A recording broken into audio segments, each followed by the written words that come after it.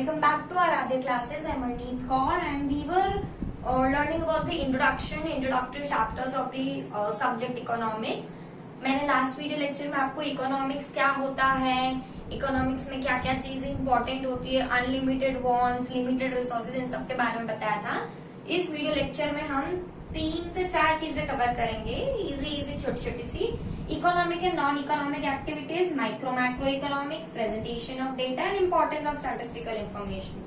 ठीक है, so let's begin. Economic and non economic activity, मैंने आपको बताया था इकोनॉमिक्स का मतलब क्या होता है, हर वो चीज जो पैसों से रिलेटेड होती है वो इकोनॉमिक्स होती है। ठीक है, तो अगेन इकोनॉमिक एक्टिविटी का मतलब क्या होगा, हर वो एक्टिविटी जिससे हमें पैसा मिल रहा है। ठीक है, अब क्या होता है, दिन में आप एक इंसान 1000 एक्टिविटी करता है, खाता है, पीता है, फ्रेंड्स के साथ घूमता है, स्पोर्ट्स एक्टिविटी करता है, एक्सेट्रा सब एक्टिविटी करते हो, तो क्या उनमें से आपको पैसा मिल रहा है? नहीं। आपको हो सकता है किसी चीजों से पैसा मिल रहा है, किसी चीजों से पैसा नहीं मिल रहा है। फॉर एग्जाम्पल, अगर मैं अगर फिटनेस करती हूँ, अपने फिजिकल एक्सरसाइज करती हूँ, तो उससे मुझे पैसा नहीं मिल रहा है। ठीक है, बट मैं आपको पढ़ा रही हूँ तो मुझे उससे पैसा मिल रहा है। सो एक इंसान जितनी भी एक्टिविटीज करता है उसको हम 2 एक्टिविटीज में बाइफरकेट करते हैं, economic and non economic activity. Economic activity मतलब हर वो एक्टिविटी जिसमें से इंसान को पैसा मिलता है, इनकम जनरेट होती है, उसको मैं इकोनॉमिक एक्टिविटी कहूंगी। It can be teaching, advocating, doctor का काम हो गया, anything which related to profession और एनी बिजनेस एक्टिविटी जिससे आपको अल्टीमेटली पैसा मिलता है। अब नॉन इकोनॉमिक एक्टिविटी क्या हुई, मेरी फिटनेस, मैं एक्सरसाइज कर रही हूँ, वो मैं अपने लिए कर रही हूँ, मुझे उसमें से पैसा नहीं मिल रहा है, तो वो मेरी नॉन इकोनॉमिक एक्टिविटी है। इसका बेस्ट एग्जांपल अगर आप देखो तो आपकी अपनी मम्मी, अगर हम खाना खाते हैं, अगर हम बाहर जाके खाना खा रहे हैं तो हमें उसका बिल पे करना होता है। ठीक है, हम होटल जा रहे हैं, लारी पे जा रहे हैं, हमें बिल पे करना होता है। बट हमारी मम्मा हमारे लिए घर में खाना बना रही, क्या हमसे वो पैसे लेती है? नहीं, वो हमसे पैसे नहीं लेती है। वो खाना बनाती है, वो घर का सारा काम काज करती है। अगर कोई दूसरी लेडी हमारे घर पे आके काम काज करती है तो हम उनको पैसे देते हैं मंथली के, मेड के। ठीक है, बट हमारी मम्मा को पैसे नहीं देते। क्यों नहीं देते? Because she do out of her love and concern और care for her family, right? So everything which is done out of the love, concern और care for any person on the planet और any living being on the planet is considered to be the non-economic activity. It can be the work of NGO or anything. Okay? अगर economic और non economic का आता है तो best example है आपका मामा वाला in the case of non-economic activity. So I hope I am clear with the first topic. Second topic is micro and macro economics. अब जब आप इकोनॉमिक्स पढ़ते हो, आपने देखा इकोनॉमिक्स 10th तक एक सोशल साइंस का सब्जेक्ट हुआ करता था। 11th से इकोनॉमिक्स एक अल्टीमेटली अलग सब्जेक्ट बना। अब इकोनॉमिक्स के भी 2 सब्जेक्ट्स होते हैं। ठीक है, micro economics, macro economics, and वैसे तो स्टैटिस्टिक्स भी इकोनॉमिक्स का पार्ट एंड पार्सल है, बट हम यहाँ पे सिर्फ इकोनॉमिक्स की बात करें तो एक माइक्रो होता है, एक मैक्रो होता है। अब माइक्रो वर्ड क्या होते हैं? सबने micro SD card, micro SIM slot, ये सब पढ़ा है, तो वो क्या होते हैं, बहुत छोटे छोटे से होते हैं। ठीक है, माइक्रो ऑर्गेनिज्म सुना है, तो माइक्रो वर्ड होता है मतलब छोटा, मैक्रो होता है बड़ा। तो अल्टीमेटली माइक्रो इकोनॉमिक्स क्या होता है, हर वो चीज जो कि एक इंडिविजुअल से रिलेट करती है। ठीक है, डिमांड एंड सप्लाई होती है कि एक इंसान की कितनी इनकम आ रही है, उसको कितना, वो कितनी चीज पे कितना डिमांड कर रहा है, कितनी प्राइस पे वो खरीद रहा है, वो सब होता है आपका माइक्रो इकोनॉमिक्स में। जब हम एक इंडिविजुअल लेवल की बात करते हैं तब हम माइक्रो इकोनॉमिक्स पढ़ते हैं, एंड जब हम ऑन अ होल बात करते हैं तब हम मैक्रो इकोनॉमिक्स पढ़ते हैं कि पूरे देश भर में कितनी एम्प्लॉयमेंट जनरेट हो रही है, कितनी नौकरियां है, कितनी इनकम जनरेट हो रही, national income, per capita income, etcetera etcetera. ये भी आपके थोड़े हेवी टर्म्स है, हम जैसे जैसे चैप्टर पढ़ते जाएंगे इन फ्यूचर तो ये टर्म्स आपको क्लियर होते जाएंगे। अभी के लिए आपको बस इतना समझना है, माइक्रो इकोनॉमिक्स मतलब कि जब एक इंडिविजुअल लेवल की बात होती है, एंड मैक्रो इकोनॉमिक्स मतलब जब हम ऑन अ होल कंट्री की बात करते हैं। ठीक है, I hope I am clear.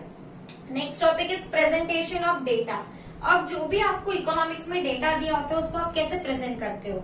ठीक है, अब डेटा क्या होता है आपको पता है, सेट ऑफ इन्फॉर्मेशन। आप मैथ्स में भी बार ग्राफ, ये सब ग्राफ बनाना सीखे हैं जिसमें हम डेटा को रिप्रेजेंट करते हैं, तो डेटा आप सबको पता है क्या होता है। तो इकोनॉमिक्स में हम 2 तरह से डेटा रिप्रेजेंट करते हैं, एक होता है डेटा टेबल और एक होता है ग्राफ्स। डेटा टेबल मतलब वो टेबल बना के सारा डेटा फिल करना, वो ठीक है कि ए को इतने पैसे मिले, बी को इतने पैसे मिले, etcetera etcetera.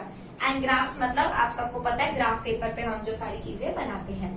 So next topic is importance of statistical information. अच्छा, now what do you mean by statistical information? Statistical information मतलब हर वो इंफॉर्मेशन जो कि स्टैटिस्टिक्स के फॉर्म में है। स्टैटिस्टिक्स का फॉर्म मतलब न्यूमेरिकल फॉर्म में, डिजिट्स के फॉर्म में है, ठीक है। तो उसका इकोनॉमिक्स में यूज क्या होता है? अगर आपने गौर दिया होगा तो मैंने समझा कि इकोनॉमिक्स का एक सब्जेक्ट स्टैटिस्टिक्स भी होता है। तो स्टैटिस्टिक्स से जो हमें इंफॉर्मेशन मिलती है, ये जो डेटा हम डेटा टेबल्स बनाते हैं, जो ग्राफ बनाते हैं, उसको हम अल्टीमेटली स्टैटिस्टिकल इंफॉर्मेशन कहते हैं।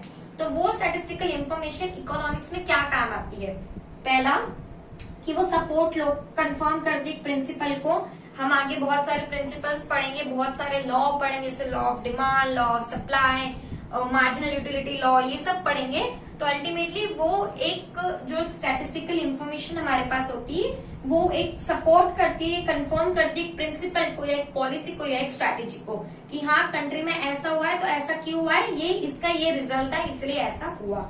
नेक्स्ट इज वो हमें एक आइडिया देती है कि इकोनॉमिक पैरामीटर्स क्या होते हैं। इकोनॉमिक पैरामीटर्स का मतलब कि इकोनॉमी में किन किन चीजों के कारण इकोनॉमी पे इफेक्ट पड़ता है। कि एक कंट्री में अगर एम्प्लॉयमेंट जनरेट हो रही है तो एम्प्लॉयमेंट कैसे जनरेट हो रही है, उसका असर किन लोगों पे पड़ रहा है, किन एज ग्रुप पे पड़ रहा है, किस सेक्टर में एम्प्लॉयमेंट जनरेट हो रही है।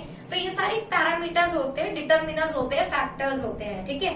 सो वो पैरामीटर्स एक कंट्री में कौन कौन से होते हैं, उस पैरामीटर्स के कारण कंट्री में क्या क्या चेंजेस आते हैं, ये सब कुछ हमें स्टैटिस्टिकल इंफॉर्मेशन के थ्रू पता चलता है। Next is comparative study easy. हर एक कंट्री के अंदर साल भर साल कि पिछले साल इतनी जीडीपी हुई, इस साल इतनी जीडीपी हुई, और दो अलग अलग कंट्रीज या एक कंट्री की सारी कंट्रीज के साथ कंपैरिजन बहुत इजी हो जाता है। हम कंपेयर करते हैं कि अभी बांग्लादेश की जीडीपी इंडिया से अच्छी होगी, बांग्लादेश में एम्प्लॉयमेंट अच्छी है, इंडिया में ये है, यूएस में वो, यूके में वो। तो ये हम कैसे कंपेयर करते हैं? We can compare just due to the statistical information which we get from the data tables and graphs, ultimately which we get from the economic parameters set by the United Nations, ठीक है। Next is to make precise presentation of facts. हम graph and data क्यों बनाते हैं? क्यों बनाते हैं? ताकि जो इतनी सारी इंफॉर्मेशन हमारे पास है उसको हम छोटा करके एक टेबल में डाल दें या एक ग्राफ में डाल दें। तो प्रिसाइज का मतलब होता है शॉर्ट करना, प्रेजेंटेशन ऑफ फैक्ट्स, कि जितने भी फैक्ट्स हमारे पास है उसको शॉर्ट से शॉर्ट में प्रेजेंट करो ताकि लोगों को बहुत इजीली वो समझ आ सके। एंड जरूरी नहीं है कि कॉमर्स का स्टूडेंट या कॉमर्स बैकग्राउंड का इंसान ही उस चीज को समझ सके।